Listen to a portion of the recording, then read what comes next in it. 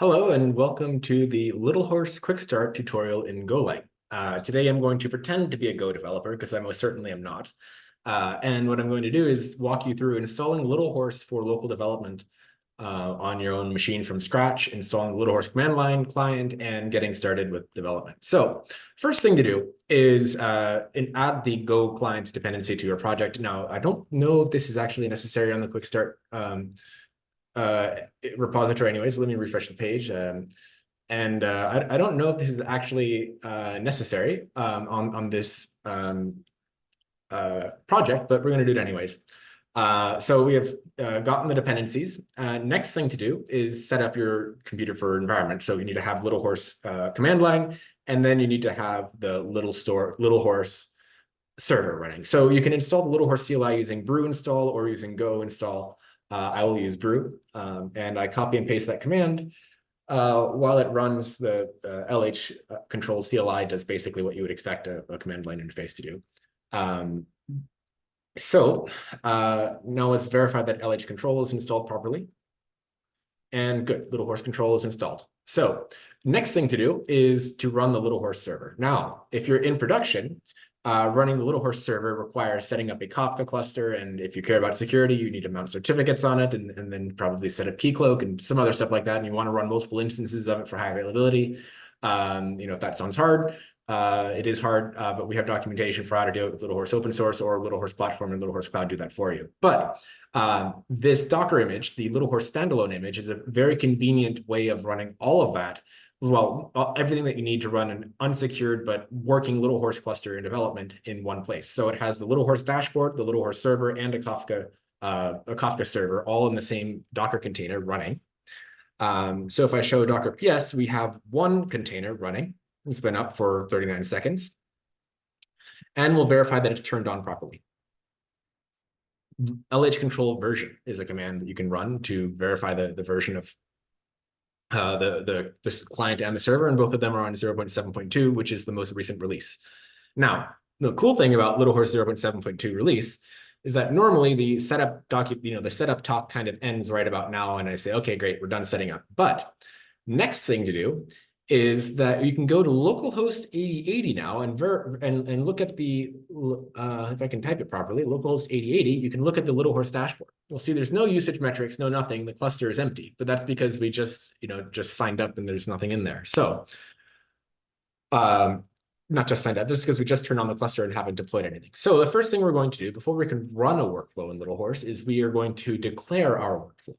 Register it with the API. So here is a function defining in the LittleHorse GoLang SDK our most simple possible workflow, and this is what we're doing in the quick start. So the first thing we do is we declare an input variable called input name. This is a variable that's passed as input to the workflow. Next thing we do is we execute a task called greet, and the parameter to that task is name var. So the greet task comes from over here, which is this function. It's a function named greet, which has one variable, which is a string, and it returns a string.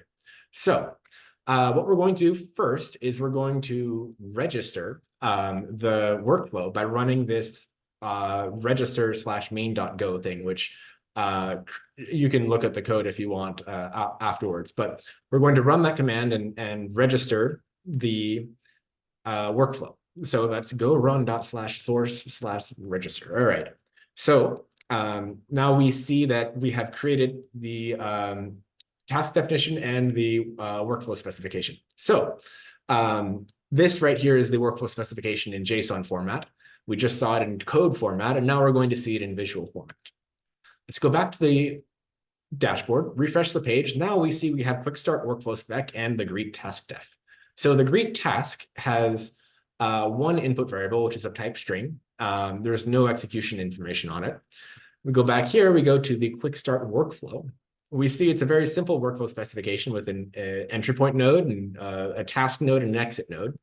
There's an input variable called input name, which is what we added. And there is this task node. If you click on it, it is the greet task, and it links to the greet task def. So if we scroll down further, we see there's no running workflow. So let's fix that. Why don't we run a workflow? So in classic LittleHorse fashion, Obi-Wan Kenobi is going to be the person our workflow is going to greet. So we're going to run the LittleHorse quick start workflow with the input name variable set to Obi-Wan. So copy this, run the command, and we see that the workflow is running. Now, go back to the dashboard, refresh it, scroll down, and we see the running workflow, which is great. Now we click on the workflow, and we'll notice that it doesn't look like it's done yet. Why is it not done? It looks like it's on this node. So we click here, and we see that it is in the task scheduled status. Why is it in the task scheduled status and not done? Well, in LittleHorse, when a workflow arrives, when a thread run arrives at a task node, what it does is it places a task on a task queue to be executed by some task worker. And the task worker is a program that pulls the LittleHorse server and asks for tasks to execute.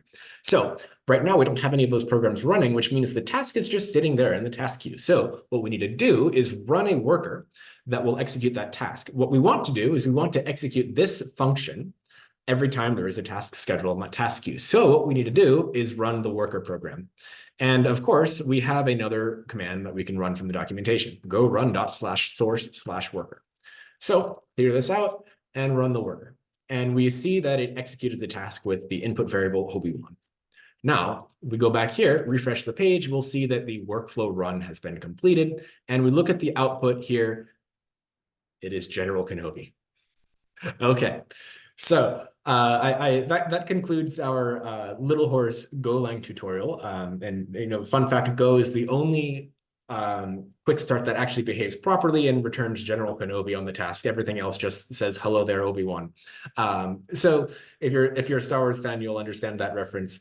But thank you for joining in. I hope this was helpful to you, and there'll be links to the code in the video description, as well as a place to join the LittleHorse community Slack. And we're very excited to see what you guys build with this.